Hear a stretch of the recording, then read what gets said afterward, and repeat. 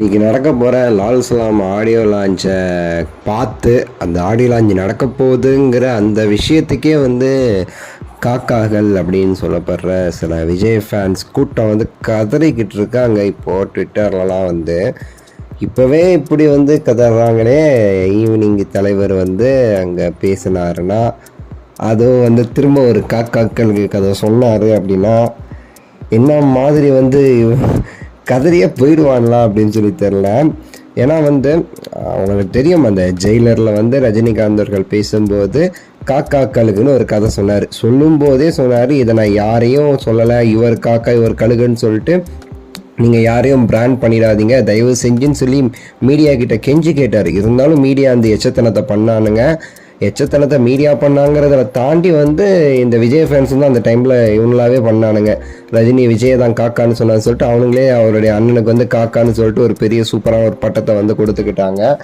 அதுக்கு நம்ம விஜய் அவர்களும் சல்லி பையன் பண்ணுற மாதிரி சல்லித்தனமாக ஒன்று பண்ணார். அவரை பொறுத்தவரை அது எப்படின்னு தெரியல, நம்மளை பொறுத்தவரை அது சல்லியாக தான் இருந்துச்சு அதை பார்க்குறதுக்கு. சல்லினா சில்லி அந்த மாதிரின்னு வச்சுக்கோங்களேன். சல்லினா சில்லி திங்காக பண்ணார்.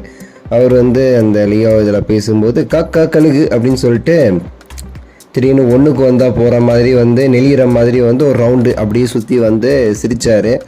ஸோ அது வேணும்னே பண்ணார். ஏதோ ரஜினிகாந்த் அவர்களை நக்கல் அடிக்கணும் அப்படிங்கிறதுக்காண்டி பண்ணார்.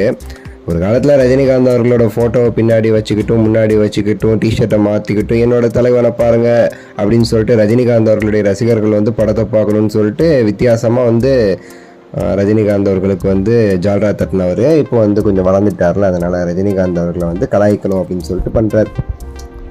ஸோ அப்படி பண்ணார். இப்போ அதுக்கு பதிலடியாக சூப்பர் ஸ்டார் லால் சலாமில் ஒன்றுமே இல்லை, ஒரு காக்காக்களுக்கு கதை சொன்னேன், அது இப்படி போயிடுச்சு, இப்போ வேற ஒரு கதை சொல்கிறேன் அப்படின்னு சொல்லிட்டு ஒரு வார்த்தையை சொல்லிட்டு வேற ஒரு கதை சொல்லிட்டாருன்னா அவ்வளோதான். இவனுங்களுக்கு என்ன பண்ணுறது ஏது பண்ணுறதுனே தெரியாது. லால் சலாம் ஆடியோ லாஞ்சில் ரஜினிகாந்த் அவர்களுடைய குட்டி கதை இருக்குன்னு லைக்கா சொன்னதுலேருந்து இவனுங்க எங்கே அரிக்குதுன்னு தெரியாமல் அங்கங்கே சொரிஞ்சிக்கிட்டு இருக்கானுங்க. எல்லா பக்கமும் சொரிஞ்சிக்கிட்டே இருக்கானுங்க 2 நாளாட்டு. உண்மையாகவே தலைவர் ஏதாவது ஒரு ஸ்டோரியை சொல்லிட்டார் அப்படின்னா அவ்வளோதான். இவனுங்களை பார்க்கவே முடியாது. ஈவினிங் ஒரு 5-6 ஆம்புலன்ஸு, இந்த மெண்டல் ஆஸ்பத்திரிக்கு போகிற ஆம்புலன்ஸ்லாம் ரெடியாக வச்சுக்கோங்க. அவனுங்க தான் ரியல் மெண்டலான்ஸே இவனுங்க தான். ஸோ அதுக்காண்டி சொல்கிறேன். ஸோ உங்களோட கருத்தை சொல்லுங்கள், லைக் பண்ணுங்கள், ஷேர் பண்ணுங்கள், சப்ஸ்கிரைப் பண்ணுங்கள். அடுத்த வீடியோவில் சந்திக்கின்றேன். நன்றி, வணக்கம், மகிழ்ச்சி.